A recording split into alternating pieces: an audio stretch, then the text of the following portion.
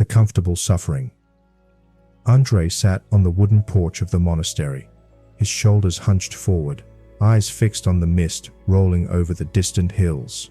His fingers traced the rim of a teacup, though the tea inside had long since gone cold. Beside him, the Zen monk, Master Ryo, sat in silence. The wind rustled the leaves, carrying the scent of pine and earth. "I don't understand why I always end up here," André finally spoke. "No matter what I do, therapy, meditation, new habits, I keep falling back into the same cycle of anxiety and despair. It's like my mind refuses to let me be happy." Master Ryo nodded, his gaze resting on the shifting mist. "The mind is a creature of habit, just as the body is." André let out a bitter chuckle. "So my mind is addicted to suffering?" Master Ryo smiled softly. "Not addicted, but comfortably familiar." He placed his hands on his lap and spoke with gentle certainty. "Within the pain that feels familiar lays the comfortable suffering." André frowned. "That doesn't make sense. Suffering is suffering. It's awful. How could it be comfortable?" Master Ryo picked up a small stone and placed it in André's palm. "Imagine a man who has lived his whole life in a cold, dark cave. One day, he steps outside and the light blinds him. The warmth overwhelms him. It is good, but it is unfamiliar. So he retreats back to the cave, not because he prefers the darkness, but because he knows how to survive within it." André turned the stone over in his hand. The weight felt grounding.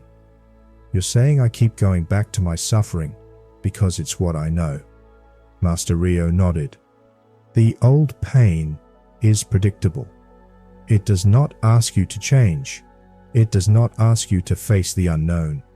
But stillness and peace, well, those are new lands you have not yet learned to trust." A deep silence settled between them.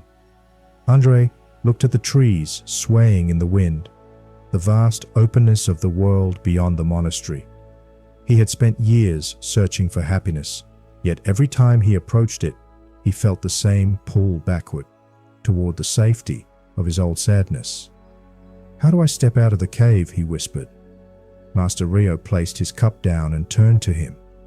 "Imagine this man who has spent his entire life in darkness, chained inside a cave.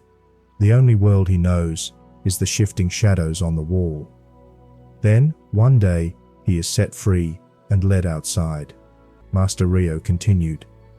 "At first, the sunlight blinds him. It burns his eyes. The vastness of the real world is overwhelming. Though the cave was dark, it was predictable, safe. He knew how to exist within it. The light, though full of truth and possibility, terrifies him." André's breath caught in his throat. "You're saying, I keep choosing my suffering because it feels safer than the unknown?" Master Ryo smiled gently. "Not choosing, but your mind clings to what it knows. Even pain can feel familiar. Even struggle can become a home. But André," he gestured to the horizon, "there is a world beyond the cave, and it is waiting for you. In the same way, there is a world beyond your fear waiting for you, and in that unknown place, you will find yourself." André swallowed, looking out at the open sky. "But what if I step into the light and fail? What if I can't handle it?" Master Ryo's voice was steady. At first, the man from the cave stumbles. He shields his eyes, but slowly he begins to see. He learns to walk, then to run, then to embrace the warmth of the sun. It does not happen all at once, but he does not return to the darkness. André exhaled slowly. The words settled deep inside him. Master Ryo placed a reassuring hand on his shoulder. "One step at a time. Stay in the light, even when it feels unfamiliar. Trust that you will adjust. And remember, your freedom is not ahead of you. It has always been within you." For the first time, he wondered, what would it be like to stay in the light?